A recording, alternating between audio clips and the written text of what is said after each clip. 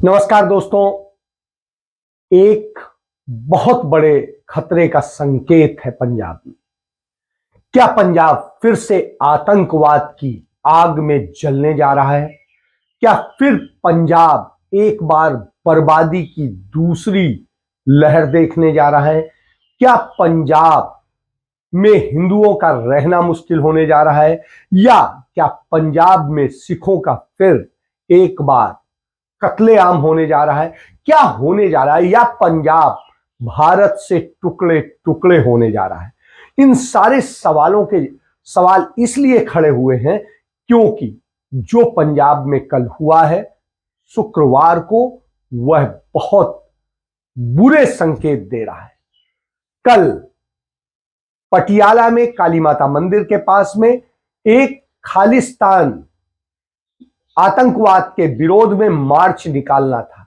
शिवसेना के हरीश सिंगला ने इस मार्च का आयोजन किया था। इसकी सूचना 7 दिन पहले दे दी गई थी। 7 दिन पहले देने के बाद पुलिस ने एहतियातन सामान्य तौर पे व्यवस्था कर रखी थी क्योंकि लग रहा था कि इस तरह का कुछ खास नहीं होगा।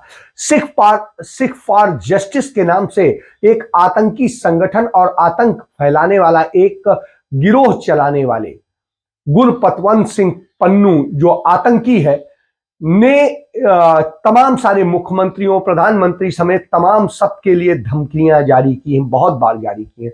उसने पिछले जो अभी विधानसभा चुनाव हुआ, उस विधानसभा चुनाव के दौरान आम आदमी पार्टी के समर्थन का भी एक फरमान जारी किया था और उनके समर्थन देने की बात कही थी। और उसके बाद में कट्टर सिख पंथ के तमाम सारे लोग जो है आम आदमी पार्टी के साथ में डट गए थे। तो आपको ये समझना पड़ेगा कि जिस तरह की स्थितियां हैं और जो चीजें हुई उसके खिलाफ शिवसेना के जो अध्यक्ष थे हरीश सिंगला, उन्होंने एक इस बात को लेकर के मार्च निकालने का फैसला किया था कि आतंकवाद के खिलाफ मार्च और खालिस्तान के खिलाफ मार्च। और उन्होंने ये मार्च अपने जो काली माता मंदिर है उसके इर्द गिर्द ही निकालने का किया था। जो रूट था वो कहीं पर भी किसी जो सिखों की बड़ी बस्ती है उधर की तरफ का नहीं था। बावजूद इसके हुआ क्या, जब इसकी मार्च निकालने की बात आई और सारी चीजें हुई तो उस स्थिति में जो गुरपतवंत सिंह पन्नू और खालिस्तान समर्थक सिख संगठन थे उन्होंने आकर के बवाल कर दिया और उसके बाद में पथराव हुआ, तलवारें चली और बहुत सारे दंगे फसाद हुए। तो आप ये समझिए कल यह अराजक स्थिति हो गई कि लगा पंजाब में कहीं कानून व्यवस्था है भी या नहीं। वहां के आईजी राकेश अग्रवाल ने मोर्चा संभालने की कोशिश की, एसएसपी नानक सिंह ने मोर्चा संभालने की कोशिश की, लेकिन हालात बद से बदतर होते चले गए। एक एसएचओ के हाथ में सिख समर्थकों ने जो आतंकी समर्थकों ने तलवार चलाई जिससे उसका हाथ भी काफी हद तक जख्मी हुआ है। हालांकि ये कहा जा रहा था कि कट गया है, कटा नहीं है, जख्मी हुआ है। और आप ये समझिए पुलिस के सामने बिल्कुल नंगा नाच हो रहा था, आतंकवाद सामने नजर आ रहा था। जब पंजाब में इस तरह आतंकवाद सामने नजर आ रहा हो तो निश्चित रूप से एक डर का विषय था कि क्या पंजाब फिर से उसी राह पर जा रहा है जिसने उसे बर्बादी दी, जिसने उसे बर्बाद किया। क्यों धर्म के नाम पर एक दूसरे को बांटने तोड़ने की स्थितियां पैदा हो रही हैं? क्यों ये हालात पैदा हो रहे हैं?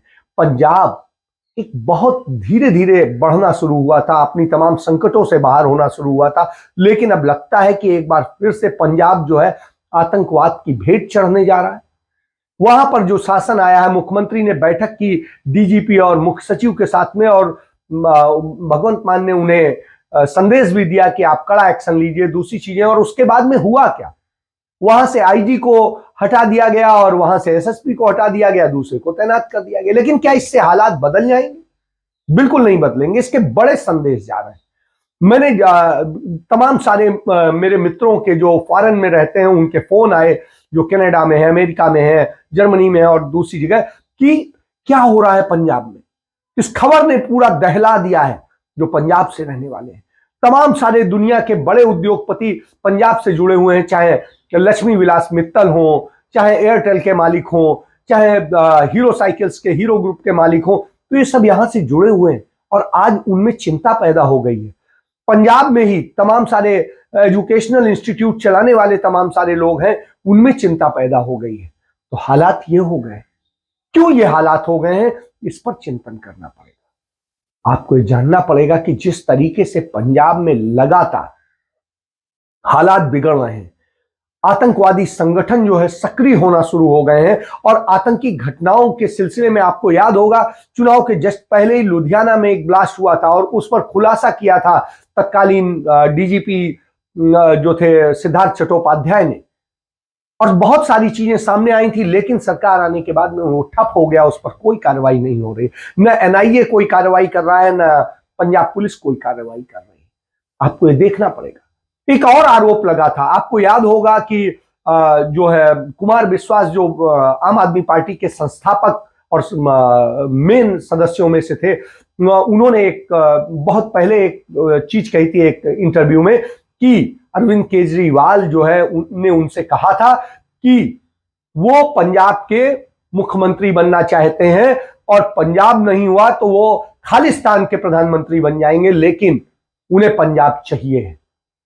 आप समझिए, इसके पहले उन्हीं की पार्टी की अलका लांबा हैं जो अब कांग्रेस पार्टी की प्रवक्ता हैं, वो भी उनके एमएलए थी और उनका भी ये मानना था कि इस तरह से सोच है आम आदमी पार्टी की और अरविंद केजरीवाल की कि चाहे आतंकवाद आ जाए, चाहे जो कुछ आ जाए, पंजाब में हमें चाहिए। तो आप समझिए, इसके बाद में आप आगे आइए, आप देखिए कि किस तरीके से चीजें बदल रही हैं, और जिस तरीके से बदल रही हैं, जो एक्शन लिया गया वो एक्शन क्या है?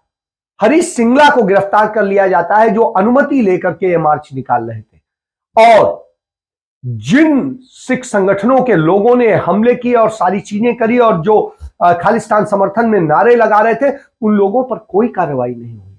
तो यह बड़ी चिंता का विषय है। यह चिंता का विषय है कि गुरपतवंत सिंह पन्नू को खुश करने की कोशिश की जा रही है, और किस तरीके से पूरी चीजें बदल रही है। पंजाब आतंकवादियों की राह पर चल पड़ा है।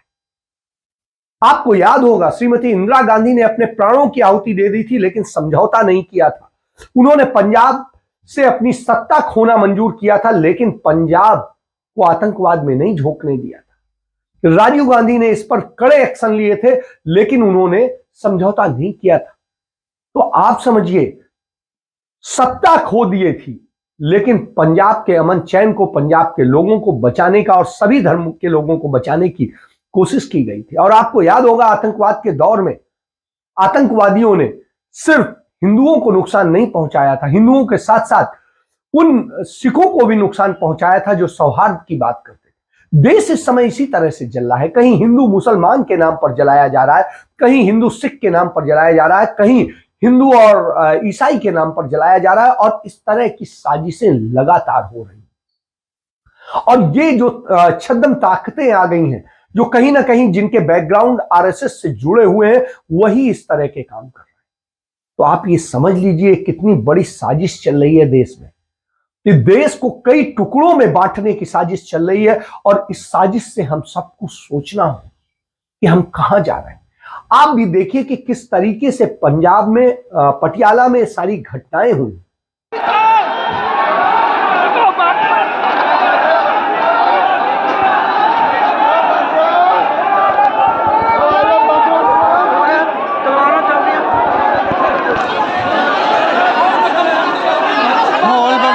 गोलियां चल पियां काली माता मंदिर के कोल, पुलिस ने हवाई फायर किए। एसएसपी पटियाला मौके ते दोए पासे इट्टा रोड़े काली माता मंदिर के विच जिहड़ी भंन तोड़ की गई है।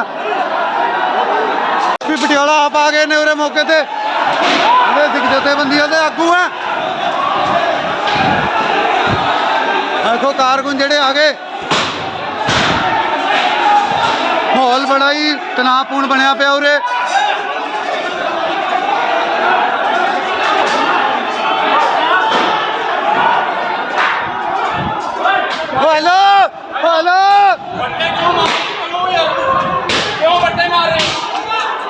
उनको यदि आप देखेंगे और पूरा देखने के बाद में यह पता चलता है कि कितने अराजक ढंग से स्थिति थी, कोई संभालने वाला नहीं था, कोई कहने वाला नहीं था, कितना अमन चैन से पंजाब चलने लगा था, और लगा था कि अब कभी आतंकवाद नहीं आ सकता है। लेकिन हालात बहुत बिगड़ गए और इन बिगड़े हालातों पर यदि आप इसी तरह से देखेंगे, बहुत सारी घटनाएं सामने आ रही, लगातार आ रही। अब सोचिए, कल काली माता मंदिर पर हमला कर दिया गया और इस हमले के बाद में काली माता मंदिर को बंद करना पड़ा। उसके बाद में पटियाला में कर्फ्यू लगाना पड़ा और इस कर्फ्यू के बाद में अब ये स्थिति है कि आज भी अभी पटियाला का काली माता मंदिर बंद है। ये बहुत ऐतिहासिक मंदिर है, पुराना मंदिर, आज का मंदिर नहीं, कई सौ साल पुराना मंदिर। और यही नहीं, इसकी बड़ी मान्यता है।